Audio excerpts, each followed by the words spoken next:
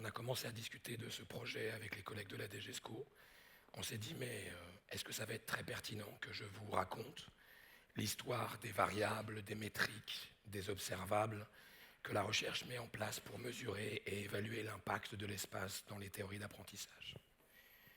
Et donc on a eu une autre idée.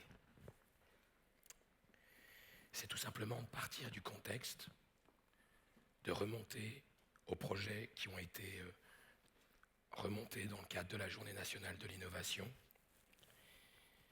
proposer à partir des axes de recherche une première problématisation pour les confronter avec les acteurs, les actions qui sont mis en place, et ainsi terminer sur des perspectives à venir et aussi des problématiques d'évaluation.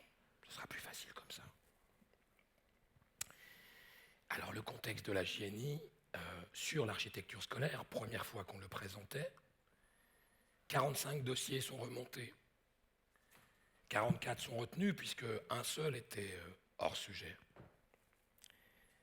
Ce qui est quand même important, c'est que sur les 28 académies, 22 ont joué le jeu, avec une moyenne de 2 projets par académie, mais certaines n'en ont proposé qu'un projet, d'autres sont allées jusqu'à 5 projets intégralement rédigés. Tous les établissements scolaires ont été représentés, lycées professionnels, CFA, lycée technique, collège, école, maternelle, élémentaire. Le seul manquant à l'appel était le lycée agricole. Quand on a commencé aussi à regarder quelles étaient les transformations qui ont été mises en place, on se rend compte qu'une très très très grande majorité, puisqu'après se répartissent entre plusieurs groupes, sont principalement basées sur de l'aménagement. Et le transparent suivant va vous montrer de quel aménagement on est en train de parler. Ensuite, 2 grandes catégories commencent à se ressortir. Est-ce qu'on aménage pour mutualiser ? Ou est-ce qu'on aménage pour faire de la différenciation ou de la pédagogie individualisée ? Et enfin, on approche sur des méthodologies de co-design, on approche sur enseigner en dehors de l'espace scolaire. Et enfin, un seul projet pensait l'espace d'apprentissage dans une perspective beaucoup plus large. Quand on a ensuite repris les 44 projets et qu'on a commencé à les évaluer, on se rend compte que 20 projets sont complètement centrés sur la salle de classe, sans travailler sur les autres espaces interstitiels ou les autres espaces qui peuvent exister dans l'espace classe ou dans le bâtiment scolaire. 6 projets ont quand même la perspective de transformer l'établissement. Et ensuite se décline la problématique du CDI et la problématique des tiers-lieux et des lieux collectifs. Une très belle pluralité des espaces scolaires allant de la salle de sciences à la salle d'études, en passant par le CDI, l'établissement scolaire, mais on voit une première tendance très forte à se centrer sur l'espace de sa pratique propre, l'espace de classe. Quand on regarde ensuite par qui ont été accompagnés ces projets, on se rend compte que sur 44, 10 ont été accompagnés par des CARDI, 16 par des DAN, 8 par une mixité et un partage des compétences DAN et CARDI, 6 par Canopé, 4 par le Future Classroom Lab, 3 avaient un lien direct avec l'ESP et 9 étaient accompagnés par le corps de l'inspection.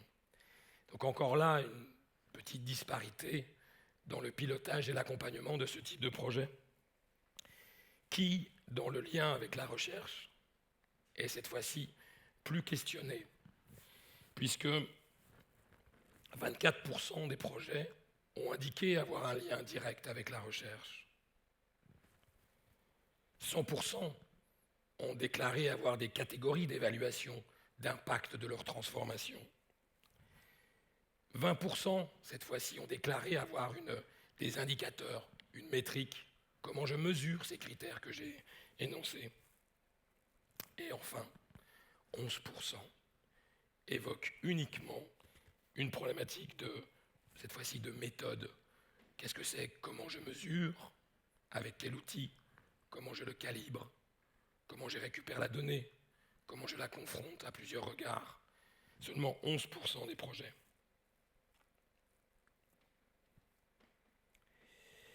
Quand on regarde les problématiques des ressources, vers qui les collègues se sont penchés pour pouvoir réfléchir ces projets, on observe que 7 projets mentionnent et travaillent avec Archiclass, 6 projets mentionnent et travaillent avec le groupe des collèges Lab, et un projet mentionne le projet Éclat. Ce qui est particulier aussi dans cette problématique, c'est que les 6 projets Collège Lab sont les 6 qui ont une méthodologie de recherche. Le projet Éclat, pourquoi il était intéressant d'aller vérifier son appel et son appétence dans les projets actuels, c'est que le projet Éclat, c'était le prix de l'innovation 2016 sur la transformation des espaces scolaires. Et donc celui-ci, qui en 2016 a été primé par Najat Vallaud-Belkacem, n'a pas du tout été réexploité, réutilisé après, dans les projets à venir, 3 ans après. Alors vous allez me dire, la transformation de l'espace scolaire, et on l'a vu ce matin avec le spectacle, elle est très ancrée dans un contexte, et c'est vrai. Depuis Jules Ferry, il faut savoir que on pense que tous les enfants écrivaient à droite, donc les fenêtres devaient être à droite. On pense qu'il fallait 1,25 à 1,50 mètres carrés par enfant pour une classe qui ne devait pas dépasser 40 élèves. Si vous regardez, si vous faites le petit calcul, 40 fois 1,5, vous arrivez à des salles de classe de 60 mètres carrés au plus haut. Et globalement, c'est ce que nous avons aujourd'hui dans les espaces scolaires. On en a parlé tout à l'heure dans le spectacle. Entre la loi Haby et la circulaire Dégout, il y avait une volonté très forte de rendre l'espace modulaire. Mais le contexte et la nécessité de construire en masse a anéanti cette circulaire et n'a pas permis de pouvoir construire l'espace modulaire qui était demandé. Ce qui est important de se rappeler dans cette circulaire de 1973, il y a cette partie spatialisation qui nous intéresse aujourd'hui, mais elle est fondamentalement liée à 3 choses, 4 si on considère le décloisonnement des disciplines. Mais d'abord, l'espace va permettre aussi d'individualiser, va permettre de soutenir et va permettre de travailler en équipe. Ce qui quand même, encore aujourd'hui, sont des éléments qui ne sont pas forcément toujours encore utilisés. Un petit point aussi qui est intéressant, c'est qu'il fallait absolument, sur la scène, pour lui répondre sur la scène, je suis sur la scène. Le point qui était intéressant aussi, c'était qu'on devait absolument pouvoir réorganiser et se déplacer dans l'environnement. Quand on regarde aujourd'hui les emplois du temps et les taux de déplacement des élèves, en dehors des déplacements d'intercours, il y a quand même peu, voire pas, de déplacement pendant les séances de cours. Alors cette fois-ci, quand on se tourne vers le parc immobilier, on se retrouve sur un parc à 63 000 écoles, 150 millions de mètres carrés. C'est juste le plus grand parc public de l'État, dont l'État n'en a pas la responsabilité. Donc c'est quand même un parc important. Ce qui est aussi important de se rendre compte, par exemple pour les collèges, la conséquence de la loi Haby et du collège unique, c'est que 60% de tous les collèges ont été construits avant les années 80 et arrivent dans une période où on va devoir les rénover ou parfois les détruire. Avant-hier, l'ADEP a sorti les effectifs et l'évolution des effectifs du premier degré. Une moyenne. Mais les effectifs du premier degré vont être en chute, au minimum jusqu'à 2023. Et donc se posent des questions très fortes pour cette gestion du parc. Comment on fait si on doit construire aujourd'hui pour un besoin d'aujourd'hui, alors que dans peut-être 10 ans, on va se retrouver à devoir peut-être retransformer les bâtiments scolaires. Quand on fait une petite synthèse de ces 44 projets, on a fait une synthèse en plusieurs points. D'abord, avant de penser absolument la transformation majeure, disruptive, transformante, déstabilisante, on va d'abord déjà penser à faire avec l'existant. Et comment est-ce qu'on est en capacité de faire avec ce qu'on a? Bien sûr, la construction est souvent au bord de toutes les lèvres, mais la plus grosse problématique qui va nous arriver dans les 15 à 20 prochaines années, c'est comment on sera en capacité de rénover et de réhabiliter les espaces existants. Pour les collectivités qui ont eu un impact fort sur la transformation de la circulaire d'égouts et l'application de la loi Haby, il faut se rendre compte qu'aujourd'hui, elles ont une énorme pression financière entre exploitation et maintenance du bâtiment, sans compter les pressions financières dues aux ressources humaines, au périscolaire et au transport scolaire. Je vous encourage à lire le rapport de la Cour des comptes en décembre 2018, qui fait un état de ces dépenses et qui parfois, dans certaines collectivités, avoisine plus de 40% de leur budget global, juste pour gérer les écoles existantes sur leur territoire. Un point important, et on le voit cette fois-ci au niveau international, c'est qu'en France, on a, alors vous avez vu, j'ai été gentil, au départ j'ai mis on a peu, et en fait après j'ai transformé en disant non, je vais être sérieux. En fait, on n'a pas de visibilité nationale sur l'état du parc. Dans son état de vétusté, dans son état de pratique aussi, qu'est-ce qu'on peut y faire? Et de la même manière, pour pouvoir avoir un peu de visibilité, la Cour des comptes, dans ce même rapport, évoquait la possibilité, voire la nécessité, de mettre en place un organisme qui soit entre l'éducation nationale, le rectorat, via aussi les DAZEN, qui par le biais du logiciel ONDE envisagent les effectifs, la collectivité par eux-mêmes travaille la carte scolaire et donc le devenir de l'école. Il serait important d'avoir un outil, si ce n'est pas un organisme, qui soit à l'interface de ces 3 points. On s'est amusé à faire ensuite une analyse thématique. Quels thèmes ont été les plus fréquents, les moins fréquents, exploités, surexploités? On trouve que globalement, chaque projet, il y avait 3 axes forts en moyenne qui se dégageaient. Et ces axes forts étaient en premier lieu le bien-être et les savoirs fondamentaux. Quand on parlait des dispositifs, quand on évaluait et quand on encodait quels étaient les dispositifs que les collègues allaient mettre en place, on se retrouvait avec 2 types de dispositifs. D'abord, je veux agir dans un projet éducatif et je veux surtout agir pour accompagner de manière personnalisée l'élève ou l'apprenant. Entre guillemets et entre parenthèses, jamais l'enseignant. Quand on a fait cette même analyse thématique avec les compétences, là on a eu plus de compétences qui ont été mises en avant. Les méthodes et outils pour apprendre, comprendre et s'exprimer en utilisant la langue française à l'écrit et à l'oral, comprendre et s'exprimer en utilisant les langages mathématiques, scientifiques et informatiques. La formation de la personne au citoyen.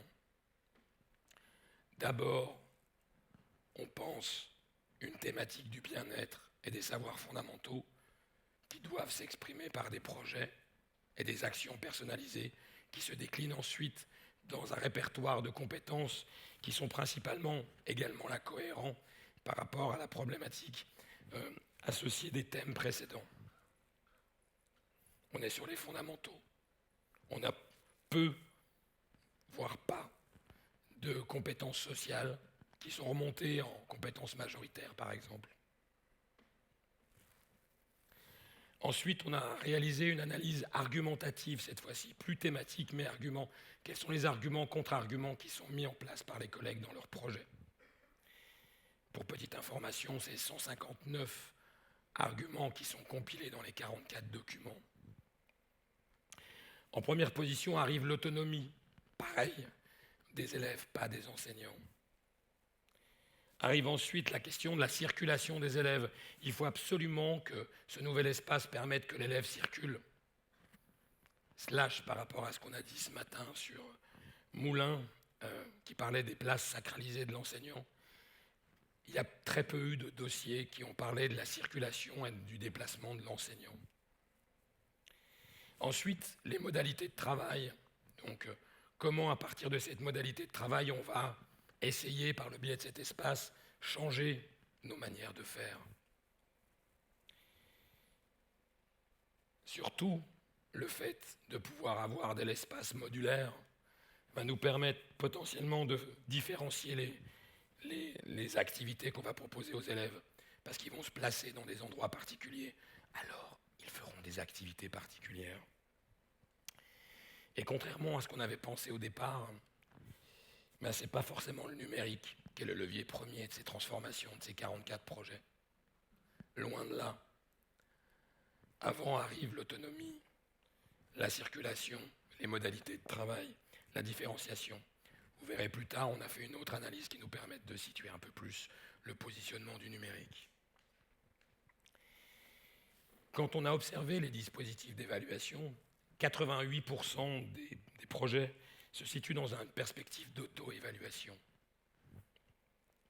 12 projets sont associés à des chercheurs. C'est ce que j'évoquais tout à l'heure avec la perspective des appels à des ressources internes et que la Archiclass ou Collège Lab, la Collège Lab est en positionnement très fort sur l'articulation avec la recherche. Après, pour ceux qui me connaissent, j'aime bien m'amuser après à encoder, à faire des tests statistiques. Mais ce qui était intéressant, c'est que globalement, je vous la fais très courte, mais il n'y a aucun lien statistique avec aucune des variables. Je m'étais dit que peut-être en académie, il y allait peut-être avoir une politique académique qui allait se décliner chez les Cardi, et que par conséquent, on allait avoir soit des thèmes récurrents, des dispositifs récurrents, une méthode d'innovation récurrente, ou des choses qui allaient pouvoir se répercuter d'académie à académie. Eh ben non. Pareil pour les compétences engagées, pareil pour les thèmes engagés, non. Pas de rapport entre les académies et les projets déposés. Autre hypothèse, peut-être qu'il y a une culture du bâtiment entre école maternelle, collège, lycée, pour vous la faire simple. Et bien là non plus, on n'a pas trouvé de culture métier significative exprimée par un test de relation statistique entre un établissement et une modalité de transformation. Pareil, les arguments et les types de transformation, on n'a pas trouvé de lien statistique. Les arguments et l'académie, pas de lien statistique. Les arguments et les types d'établissements, pas de lien statistique. Ce n'est pas parce qu'il n'y a pas de lien que ce n'est pas un résultat en soi. Et je vous expliquerai en conclusion. 55% des projets posent la question de ce que nous, en recherche, on appelle, vous allez voir progressivement, je vais mettre une couche recherche, l'action située d'enseignement et d'apprentissage dans une perspective aussi didactique professionnelle. Et donc là, on commence à poser la relation entre l'élève et l'enseignant, mais on n'évoque pas tout de suite l'enseignant dans ses nouvelles pratiques. 62% des enseignants, enfin des projets, pardon, évoquent le fait que dans les établissements scolaires, dans leurs classes, ils suffoquent. Ils n'ont pas assez de place pour faire. Ils aimeraient bien faire. Et pourtant, ils se cloisonnent à la salle de classe. Ils ne vont pas avoir des espaces extérieurs. Donc il y a une vraie réflexion entre ce besoin d'espace et le fait qu'on reste quand même dans son espace clos qu'est la salle de classe. 28% des projets déclarent être un projet d'équipes éducatives, éducatives au sens large, puisque la plus grande majorité de ces 28% intègrent des adultes hors du corps enseignant et le plus souvent aussi les parents. Les 28 autres pourcents, puisque paradoxalement ce n'est pas les mêmes, déclarent avoir un partenariat très fort avec le territoire, conseil départemental, mairie, région, parfois avec quelques recouvrements, dans des situations de type REP, REP+. Et une forte implication aujourd'hui dans des éléments de décision, de conception, associés à la participation des parents, suivant deux modalités, soit consultative, soit participative. Et participative pour certaines qui vont loin, puisque certaines transformations proposent même d'inclure les parents dans des nouvelles activités pédagogiques. Alors, on va commencer à aborder les questions qui s'associent à la recherche. 35% des projets déclarent s'inspirer de ressources externes de la recherche. Des ressources externes, pardon. Ça me paraît assez grand, c'est pour ça. Ensuite, 20% déclarent utiliser des ressources de la recherche. Quand nous, chercheurs, on fait appel à des revues de la recherche, on a une pratique métier qui est de se référer à l'HCERS, à des impacts, ce qu'on peut appeler des impact factors, ou le plus simple, un conseil scientifique à la revue. Quand on commence à regarder les 9 projets qui font appel à des recherches, qui déclarent faire appel à des ressources de recherche, 4 projets font appel à des revues de recherche qui disposent d'un conseil scientifique, 4 sur 44 en tout. En termes de valorisation de leur action, 64% des projets déclarent valoriser leur action. Et c'est vrai. Sur 29, 25 valorisent leur programme par une action locale, voire micro-locale. Locale, c'est-à-dire au niveau d'un bassin, d'une académie au mieux, parfois d'un groupement d'établissements. 4 ont des approches nationales par le biais des dispositifs de communication Archiclass ou l'IFE, l'ENS avec des groupes du Collège Lab ou des groupes d'Océan, et 0 avec des perspectives de recherche en valorisation. Les premières conclusions, les voici. Tout d'abord, une première année avec une remontée significative de ces projets.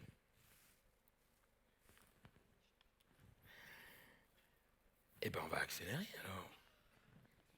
Si ça change tout. Mais d'accord, on est parti. Une grande majorité d'aménagements qui sont la volonté individuelle et pas une volonté collective, enfin, qui ne sont pas une volonté académique ou politique ou nationale. C'est souvent le numérique qui a été considéré comme étant un outil de médiation et de médiatisation, pas un outil déclencheur de la transformation. On ne peut pas dire qu'il y a quand même des liens forts avec la recherche. Il y a un prémisse, il y a des embryons, il y a des structures qui le permettent, mais il n'y a pas de lien déterminant à l'intérieur. Peu d'appel à des ressources internes. Mais vraiment une nécessité de travailler l'action située. Hein. On veut faire travailler les enfants dans des espaces différents, mais on ne questionne pas, ou peu, la place de l'enseignant. Alors qu'un projet comme Éclat en 2016 avait pour objectif absolu de questionner cette question-là et avait enlevé, par exemple, les bureaux de l'enseignant pour pouvoir retravailler sa spatialisation. Donc, pas de reflet d'une politique nationale ou académique, un pilotage et un accompagnement du projet par les services rectoraux non homogènes, parfois le reflet d'une volonté individuelle, mais surtout avec un ancrage territorial très important.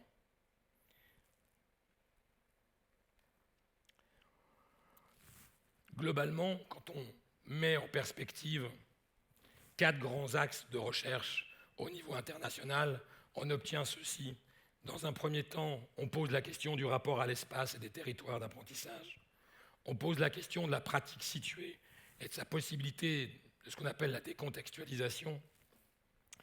On pose la question des échelles et on pose la question de est-ce qu'on est capable de massifier et de passer à un plus grand nombre de réalisations.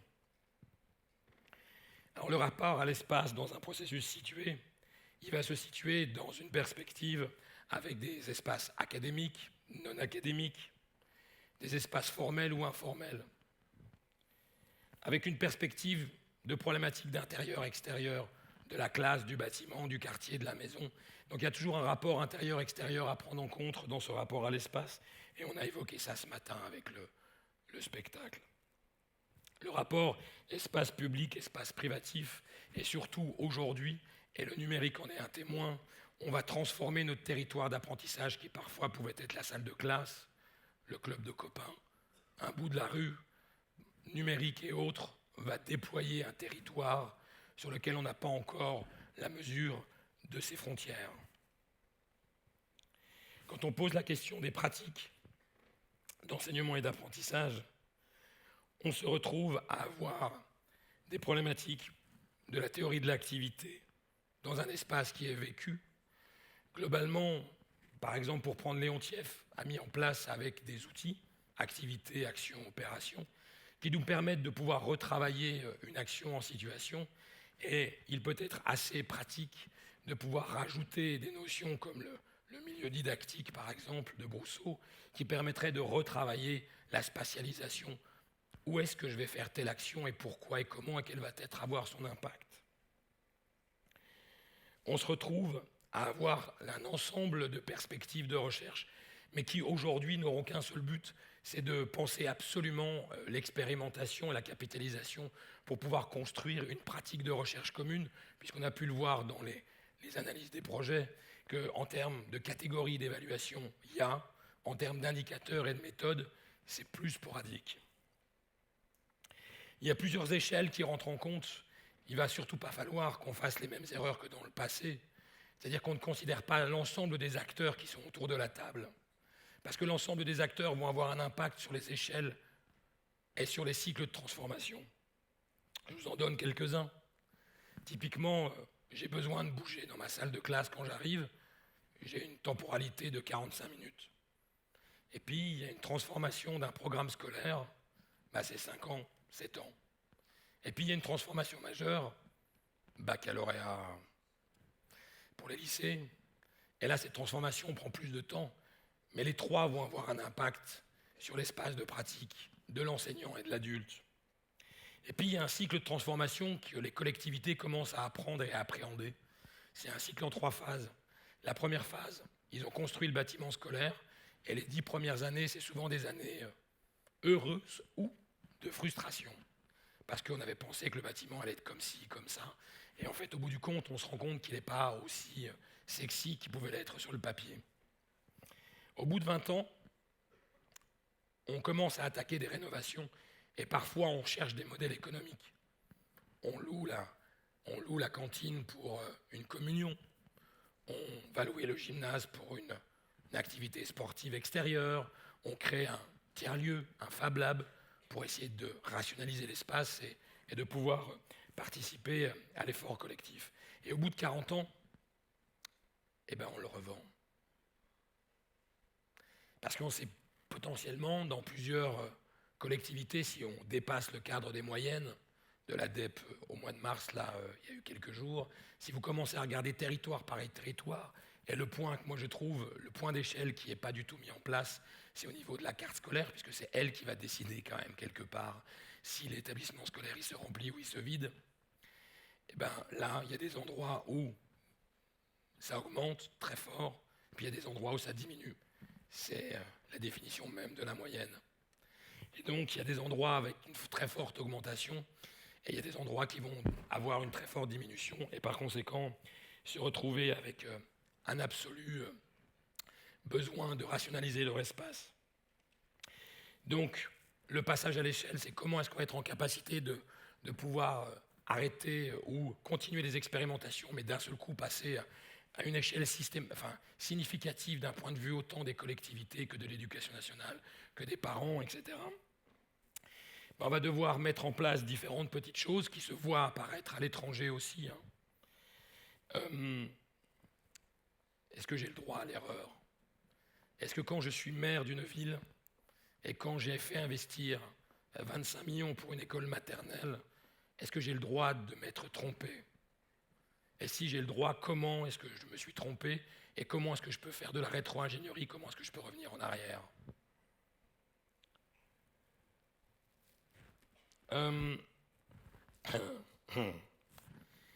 Il va être important d'avoir absolument une connaissance de l'écosystème complet. Et il y a l'État, il y a les collectivités, il y a les acteurs de l'école que vous êtes. Et à un moment donné, on va devoir tous se mettre autour de la table. Si collectivité, vous voulez investir dans les écoles, alors moi, État, je mets en place des outils juridiques qui vous permettent de le faire. Et vous, DRH ou GRH, enseignants sur le territoire, on va peut-être devoir retravailler sur les compétences des enseignants qui sont affectés dans ces établissements particuliers ou communs. Et donc arrivent des questions. Alors, ceux qui me connaissent savent ce que je porte, par exemple, sur un courant d'innovation sur le bâtiment, qui, à un moment donné, est-ce qu'on ne peut pas se poser la question, comme les Chiliens l'ont fait sur les logements sociaux, est-ce qu'on est toujours obligé de rendre une école intégralement terminée? Est-ce qu'on ne peut pas lui laisser sa place d'espace éducatif, d'espace laboratoire, d'espace où on peut expérimenter, les adultes comme les enfants? Les acteurs, alors là je ne vais pas m'étendre, mais ça c'est tous ceux qu'on met autour de la table quand on se voit en repas de famille, pour discuter de l'école et du bâtiment scolaire. Donc, M. Blanquer l'a annoncé très récemment, il va y avoir une cellule placée sous le secrétariat général de l'Éducation nationale, en articulation avec différents autres ministères, par exemple de la santé, par exemple de l'intérieur pour la sécurisation, par exemple la DGESCO pour des problématiques pédagogiques. On se retrouve avec un acteur de changement dont il faudra poser la question de l'échelle, qui est archiclasse. Où est-ce qu'il apparaît? Est-ce que c'est au niveau d'une classe? Est-ce que c'est dans un rapport de relation entre les collègues? Est-ce que c'est dans une structure qui va permettre de pouvoir reposer la question de la montée en compétence de certains corps de l'État? La banque de territoire, puisqu'aujourd'hui, vous l'avez entendu aussi peut-être dans le discours de M. Blanquer, la banque de territoire devient un acteur clé aussi de mise en relation entre l'État et les collectivités sur le bâti scolaire. Et je vous en passe, les collectivités, les régions académiques, les rectorats, les personnels, le corps de l'inspection, les enseignants dans une problématique de recherche collaborative, les élèves, les parents, les usagers, les industriels et les professionnels avec lesquels je travaille et qu'il faut absolument ne jamais oublier, la recherche par le biais de l'IFE et l'ENS, des laboratoires ou des chaires, la formation, si on fait le bilan des assises de la formation continue des enseignants, on peut voir qu'il y a aussi une transformation de la politique de formation en continu et différents think tanks qui existent. Alors, je vais aller écourter pour pouvoir aller à la conclusion. Les outils existants, il y en a plein, de différentes méthodes, de différents pays. Certains se basent beaucoup sur des méthodes et ont peu de réflexion pédagogique. D'autres ont beaucoup de réflexion pédagogique et ont peu de méthodes pour transformer. Et puis j'aime bien de temps en temps parler des hôpitaux. Parce que si vous regardez les deux documents qui sont en haut sur les nouvelles organisations architecturales hospitalières, eh bien on peut se rendre compte qu'il y a une réflexion assez forte et on aligne les planètes assez facilement avec nos collègues médecins sur la transformation de ce que devrait être l'hôpital de demain et de ce que devrait être l'école de demain aussi. Alors, les outils existants vulgarisés.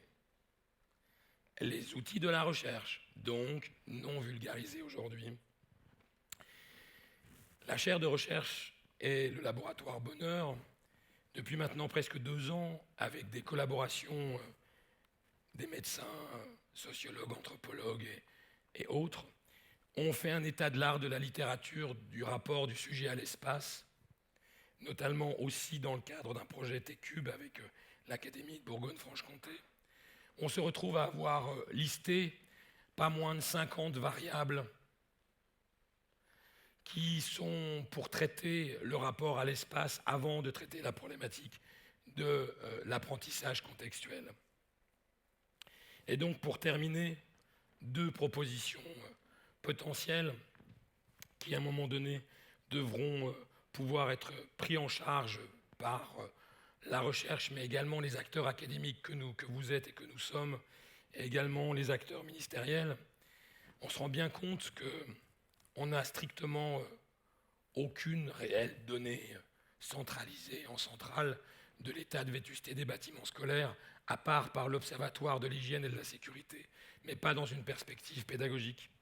Donc à un moment donné, est-ce qu'on ne peut pas collectivement se poser la question de mettre en place une plateforme de sciences participatives où chaque élève, chaque enseignant, chaque parent, en fonction d'une petite méthode scientifique, pourrait apporter sa propre donnée de type donnée citoyenne pour faire état de son ressenti face à l'école et aux bâtiments scolaires.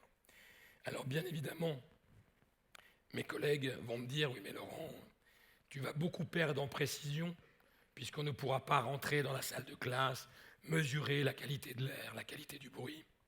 Mais on travaillera autrement. Et une vraie question de recherche aussi est à se poser avec la question des données citoyennes. C'est est-ce que la masse de données et d'informations ne peut pas compenser le manque de précision? Et à un moment donné, on ne pourra pas financer même 10% d'évaluation des 65 000 bâtiments scolaires avec une métrique sérieuse pour mesurer l'air, la lumière, la pollution, la mobilité, les pratiques enseignantes. Avec tous les acteurs en place, c'est illusoire. On voit bien, et ça nous est souvent reproché, des recherches en silo, parfois non transversales. Nous, au laboratoire et dans la chaire, on essaye vraiment d'être à l'inverse de ça, de prendre un sujet de société et de le traiter avec des collègues d'autres disciplines médicales, mais aussi en sciences dures. Et donc, si on veut que ce projet de questionnement de l'espace scolaire et de la transformation et de la mutation des pratiques se pose au plus haut niveau de la recherche, il faut qu'on puisse fédérer un acteur clé en France pour qu'on puisse discuter avec nos collègues du CNRS, de l'INSERM, de Santé publique France ou de l'INRIA, d'une politique de recherche partagée, voire de données partagées. Bien sûr, les programmes de recherche, vous imaginez bien le laboratoire et les membres de la chaire, on n'en manque pas. Mais un des premiers à travailler sur cette question de territoire. Où et comment on va apprendre et comment on va être en capacité de pouvoir articuler tout l'ensemble des territoires, académiques, non académiques, prescrits, non prescrits, formels, non formels, et à travers de ça, comment on va être en capacité de se construire soi-même dans un rapport à soi, mais aussi dans un rapport d'une société du partage et du savoir.